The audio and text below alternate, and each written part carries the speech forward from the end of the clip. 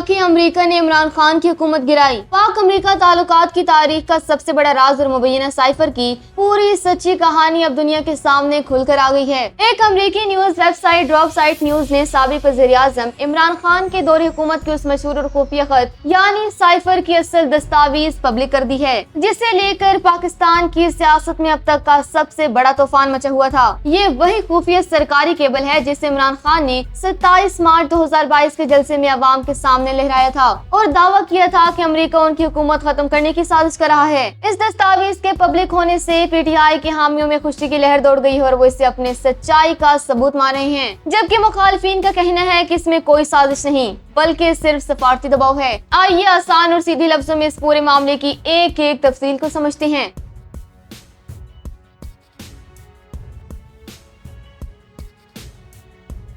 America सिर्फ तब पाकिस्तान से ताल्लुकात ठीक करेगा अगर आप इमरान खान को हटाओगे नो कॉन्फिडेंस मोशन के अंदर। क्या उसमें लिखा हुआ नहीं था? और क्या उसमें ये नहीं कहा था कि अगर इमरान खान को हटा दो कहते सब माफ कर दिया जाएगा? ओ अमेरिकनो, हमें तुम्हारी माफी की जरूरत नहीं है। तुम हो कौन ये हमें माफ करोगे? तुम्हें आदत पड़ी हुई है इन गुलामों की। ये कहानी शुरू होती है मार्च 2022 में, जब रूस और यूक्रेन की जंग शुरू हुई थी। पाकिस्तान ने इस जंग में किसी का साथ ना देने और न्यूट्रल रहने की पॉलिसी अपनाई और इसी दौरान इमरान खान रूस के दौरे पर चले गए। अमेरिका और यूरोप को पाकिस्तान का ये फैसला बिल्कुल पसंद नहीं आया। इसी शदीद नाराजगी के पस मंजर में 7 मार्च 2022 को वाशिंगटन में एक लंच मीटिंग हुई, जिसमें पाकिस्तान के सफीर असद मजीद खान और अमेरिकी वजारत खारजा के असिस्टेंट सेक्रेटरी डोनाल्ड लो आमने सामने बैठे, जबकि वहाँ अमेरिकी डिप्टी असिस्टेंट सेक्रेटरी लेस विगोरा भी मौजूद थे। इस मुलाकात का पूरा अहवाल सफीर ने खुफिया खत यानी साइफर के जरिए इस्लामाबाद भेजा, जो इमरान खान तक पहुंचा।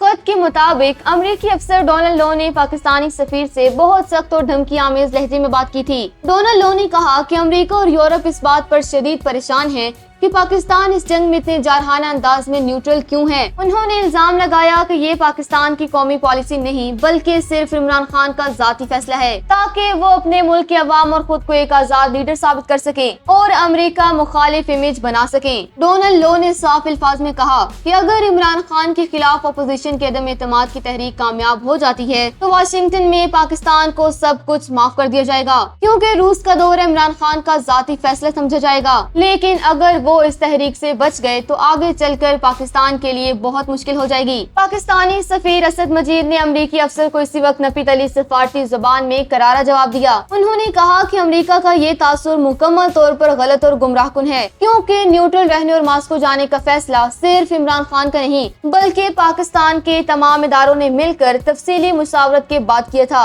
उन्होंने अमेरिका को शीशा दिखाते हुए कहा कि जब कश्मीर जैसे पाकिस्तान के अहम मिसाइल की बात आती है तो अमेरिका हमारी कोई खातिर ख्वाह मदद नहीं करता, लेकिन अपने मिसाइल पर वो हमसे फौरी हिमायत चाहता है। सफीर ने ये भी पूछा कि अगर अमेरिका को इतनी ही तशवीश थी तो उन्होंने रूस के दौरे से पहले पाकिस्तान की आला क़यादत से राब्ता क्यों नहीं किया। हमारे वजीर खारजा ने अमेरिकी सेक्रेटरी ब्लिंकन से बात करने की कोशिश भी की मगर राब्ता नहीं कराया गया। इस पर डोनाल्ड लो ने जवाब दिया कि वाशिंगटन की सोच है कि पाकिस्तान की सियासी हलचल की वजह से ये राब्ते का मुनासिब वक्त नहीं और सियासी सूरत हाल मुस्तहकम होने तक इंतजार करना बेहतर है। सफीर असद मजीद ने इस मीटिंग का तजिया करते हुए लिखा कि डोनाल्ड लो व्हाइट हाउस की मंजूरी के बगैर इतना सख्त मौक़िफ़ नहीं अपना सकते थे, इसलिए उन्होंने इस्लामाबाद में अमेरिकी नाज़िम उल अमूर के सामने एहतजाज रिकॉर्ड कराने की तजवीज़ दी। इस मुलाकात के बाद पाकिस्तान की सियासत का नक्शा ही बदल गया। 27 मार्च को इमरान खान ने खत लहराया और चंद ही दिनों बाद यानी 10 अप्रैल 2022 को कौमी असम्बली में अदम एतमाद की तहरीक कामयाब हो गई और इमरान खान की हुकूमत गिर गई,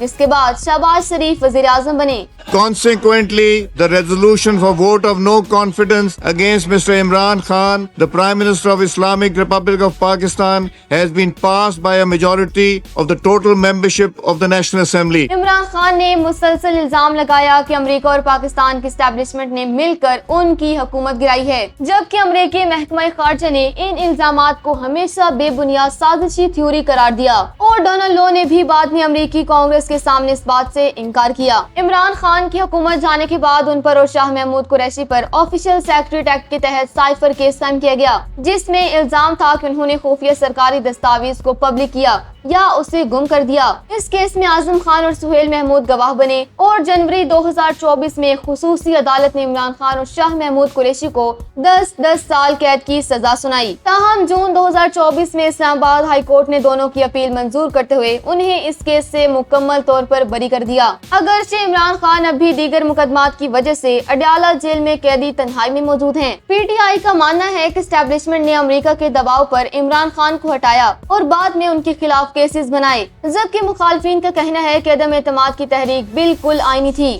جو ملک کے معاشی بحران اور سیاسی اتحادیوں کے الگ ہونے کی وجہ سے کامیاب ہوئی۔ اب 2026 میں اس دستاویز کے مکمل طور پر سامنے آنے سے یہ ثابت ہو گیا کہ یہ خط سچا تھا، جس نے عملی طور پر عمران خان کی حکومت تو ختم کروا دی لیکن ان کی مقبولیت کو آسمان پر پہنچا دیا۔ مئی 2026 میں ڈراپ سائٹ نیوز کی جانب سے اس دستاویز کا پبلک ہونا عمران خان کے حامیوں کے لیے ایک بہت بڑی اخلاقی فتح ہے۔ پی ٹی آئی کے حامی اسے اس بات کا پکا ثبوت مانتے ہیں کہ اسٹیبلشمنٹ نے امریکہ کے اشارے پر عمران خان کو ہٹایا اور پھر ان پر جھوٹے کیسز بنائے۔ دوسری طرف مخالفین کا کہنا ہے کہ اس خط میں کہیں بھی حکومت گرانے کا حکم نہیں لکھا، بلکہ یہ ایک سپر پاور کا سخت سفارتی دباؤ اور دھمکی تھی اور عمران خان کی حکومت اندرونی سیاسی اور معاشی بحران کی وجہ سے گری۔ لیکن سچ یہ ہے کہ سائفر نے عمران خان کو عوام ایک اینٹی امریکہ اور آزاد خارجہ پالیسی کے ہیرو کے طور پر قائم کر دیا، چاہے اسے سازش کہیں یا مداخلت۔ دونوں لوگ الفاظ یہ ثابت کرنے کے لیے کافی ہیں کہ امریکہ عمران خان کی حکومت جانے پر خوش تھا اور ان کے ہٹتے ہی پاکستان کے لیے حالات بدل گئے۔ اعظم خان اور سہیل محمود جیسے اعلیٰ سرکاری افسران کی گواہیوں اور عدالت سے بریت کے بعد یہ واضح ہو گیا ہے کہ اس معاملے کو عمران خان کو سیاسی میدان سے باہر کرنے کے لیے حد سے زیادہ اچھالا گیا تھا۔ آپ کے خیال میں مبینہ سائفر کے یہ الفاظ ایک کھلی سازش ہیں یا صرف سفارتی زبان کا دباؤ؟ کیا عمران خان کو اس معاملے پر جیل بھیجنا درست تھا؟ اپنی رائے کا اظہار کمنٹس میں ضرور کریں۔